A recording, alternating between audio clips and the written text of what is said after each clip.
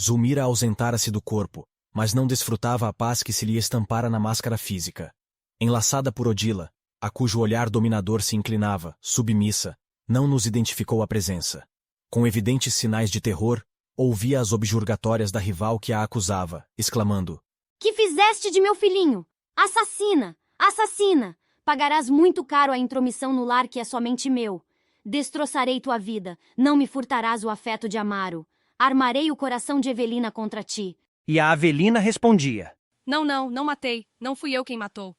Hipócrita! Acompanhei os teus pensamentos, teus desejos, teus votos. Zulmira desembaraçou-se de inopino dos braços que a envolviam e correu para fora, seguida pela outra. Esclarecendo-nos bondoso, Clarencio observou: Quando a pobrezinha consegue sossegar o corpo, cai no pesadelo agitado.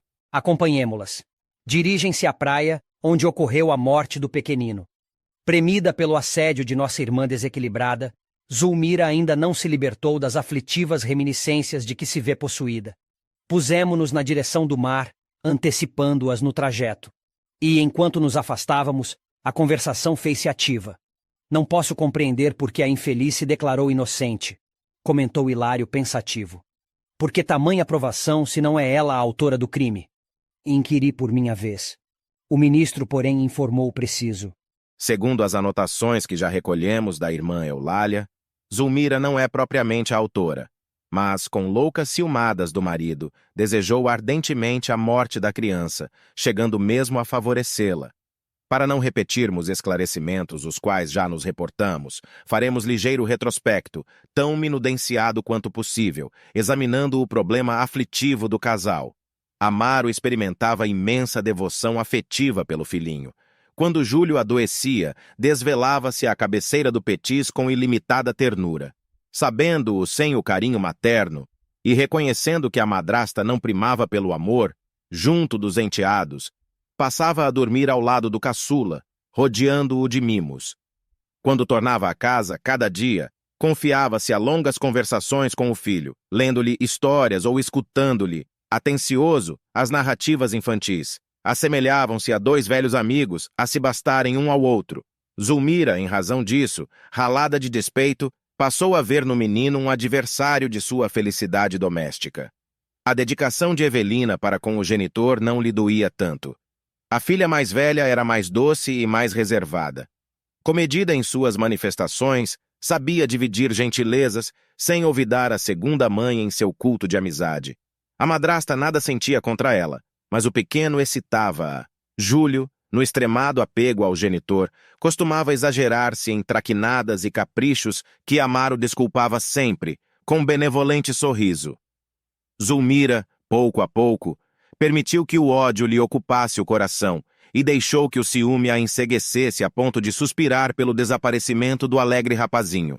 Despreocupava-se intencionalmente pela assistência que lhe devia e abandonava-o às extravagâncias, características de sua idade, alimentando o secreto anseio de presenciar-lhe o fim.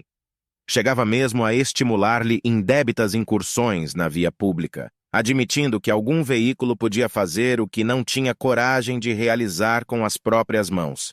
Foi nessa disposição de espírito que acompanhou a família ao banho matinal, em clara manhã domingueira.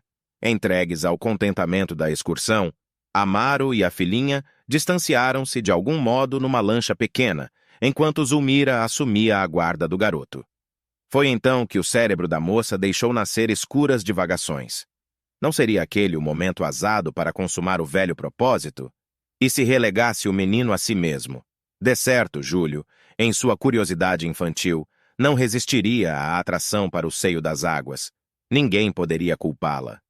Passou do projeto à ação e de pronto se afastou. Em se vendo a sós, o caçula de Amaro interessou-se mais vivamente pelas conchas multicores a se multiplicarem na areia, perseguindo-as, encantado, pelo mar adentro, até que uma onda veloz lhe chicoteou o corpo tenro, obrigando-o a mergulhar. A criança gritou, pedindo-lhe amparo. Realmente poderia ter retrocedido alguns passos, salvando-a, mas vencida pelos sinistros pensamentos que lhe dominavam a cabeça, esperou que o mar concluísse o horrível trabalho que não tivera coragem de executar. Quando notou que o enteado havia desaparecido, começou a clamar por socorro, de alma repentinamente dobrada pelo remorso, mas era tarde. Amaro acorreu, precípite, e com o auxílio de companheiros retirou para fora o corpinho inerte. Torturado, chorou amargosamente a perda do filhinho, recriminando a mulher. Foi então que Zulmira, dominada pelo arrependimento e atormentada pela noção de culpa, desceu em espírito ao padrão vibratório de Odila que a seguia, em silêncio, revoltada. Enquanto se mantinha com a paz de consciência, defendia-se naturalmente contra a perseguição invisível, como se morasse num castelo fortificado, mas, condenando a si mesma, resvalou em deplorável perturbação, à maneira de alguém que desertasse de uma casa iluminada, embrenhando-se numa floresta de sombra. A pobre senhora, desde esse dia, perdeu a aventura doméstica e a tranquilidade própria. Ela e o marido respiram agora sob o mesmo teto, qual se fossem estranhos entre si. Mas à frente da lei, Zulmira é culpada? Perguntei com interesse. O sábio mentor sorriu significativamente e considerou. Não, no sentido real da lei, Zulmira não é culpada. Todavia, quem de nós não é responsável pelas ideias que arroja de si mesmo? Nossas intenções são atenuantes ou agravantes das faltas que cometemos. Nossos desejos são forças mentais coagulantes, materializando-nos as ações que, no fundo, constituem o verdadeiro campo em que a nossa vida se movimenta. Os frutos falam pelas árvores que os produzem. Nossas obras, na esfera viva de nossa consciência, são a expressão gritante de nós mesmos. A forma de nosso pensamento dá feição ao nosso destino. Júlio trazia consigo a morte prematura no quadro de provações. Era um suicida reencarnado. A segunda esposa de Amaro, porém, sofre o resultado das infelizes deliberações que albergou no espírito. Padece o retorno das vibrações envenenadas que arremessou na direção do menino. Pelo ciúme, criou ao redor de si mesma um ambiente pestilencial, em que os seus próprios pensamentos malignos conseguiram prosperar. Assim como um fruto apodrecido, desenvolve em si mesmo os vermes que o devoram.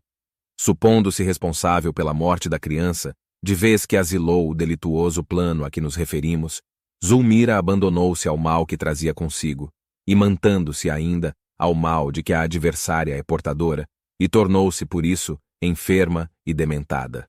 E o pequeno em toda a história? Júlio foi conduzido à região que lhe é própria. Mas Odila não poderia vê-lo certificando-se de toda a verdade? Infelizmente, a infortunada criatura tem o centro genésico plenamente descontrolado, e isso lhe impede a visão mais ampla. Não consegue querer senão o marido em vista do apego enlouquecedor vínculos do sexo, que a paixão nada faz senão desvirtuar.